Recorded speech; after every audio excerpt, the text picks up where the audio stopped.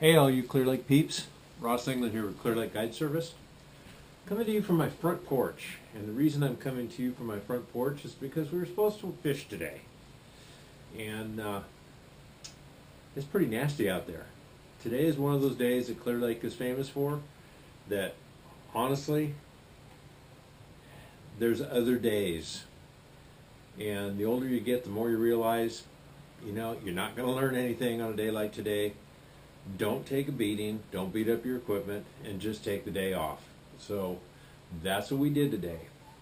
For those of you that noticed that I forgot to put out a video last week, I didn't forget. The power outage that we dealt with here last week kind of put the kibosh on that. So I did get a couple of notes. I appreciate that. Nice to know that somebody's paying attention. So let's do a fishing report. We did fish a couple days this week. Today is October 17th, middle of October. Let's start out with talking about something we haven't talked about probably since we started doing these videos, and that's lake level. Historic average for this time of year is about 1.3 feet Rumsey. Currently, we're at about 3.25. So what that means is you've got 2 extra feet of water to play with in the lake right now, which means there's a lot of varieties of bites that go on. There's enough water in the Tules still that people can flip in the Tules and catch fish. There's still weeds that are available, although they're starting to fizzle out. So let's just keep in mind that while the water is dropping slowly right now, it's still almost 2 feet fuller than normal. The other thing that I kind of want to talk about just briefly is, when we get these wind events like this, you can actually see on one end of the lake or the other, depending on which direction the wind is blowing, you can see the water go down on one end, and you can see it rise on the other end. It's just the way the lake works and the amount of wind, and today was nasty. So you would see that. So water temperatures, when we were out first part of this week, we found 66, 67 degrees, which is actually still pretty good, even though we've had some cold mornings. Water clarity, still all over the board. This time of year, I'm not quite as interested in how deep I can see as much as what the water color is. Just for me personally, I just like a green color. I don't care even if it's an algae green. I just feel more comfortable in that greenish colored water compared to the brownish water. And there's a lot of that greenish colored water around the lake. And don't get me wrong, we fished in some areas early in the week where we saw probably 2.5 feet, maybe 3 feet of clarity. Not bad. But that clarity, the clearer it gets, especially this time of year, it starts to open up other options, especially with the reaction baits. One of the things that really gets to going is in the fall, especially when the water temperature gets a little bit lower than it is right now, is a good rip bait bite. So we caught fish fishing docks as shallow as 2.5 feet, and fishing plastics down to 25 feet. And we caught fish everywhere in between, kind of like fall.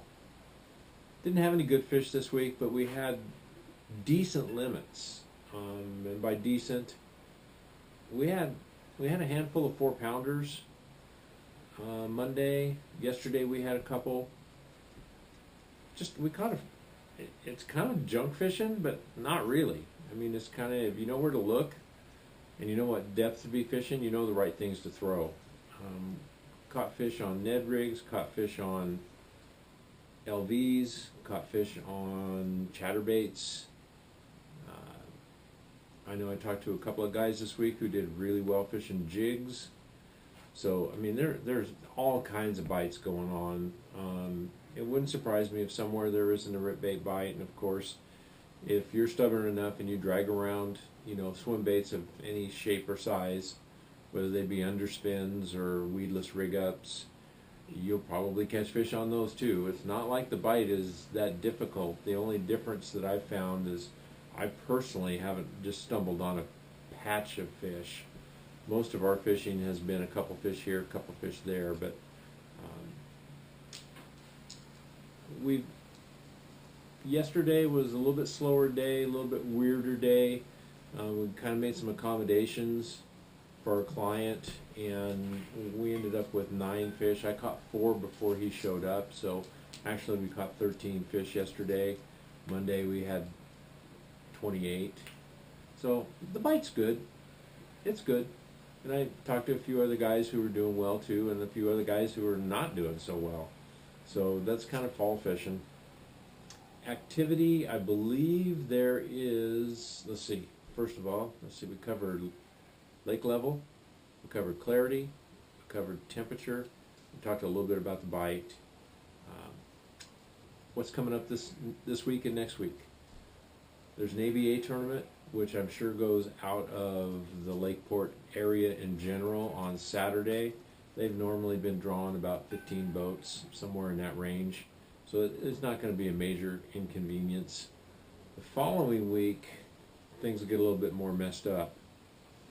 Wild West Bass Trail has their year-end fish-off, I believe. I don't know what they call it, but it's a year-end fish-off of one form or another.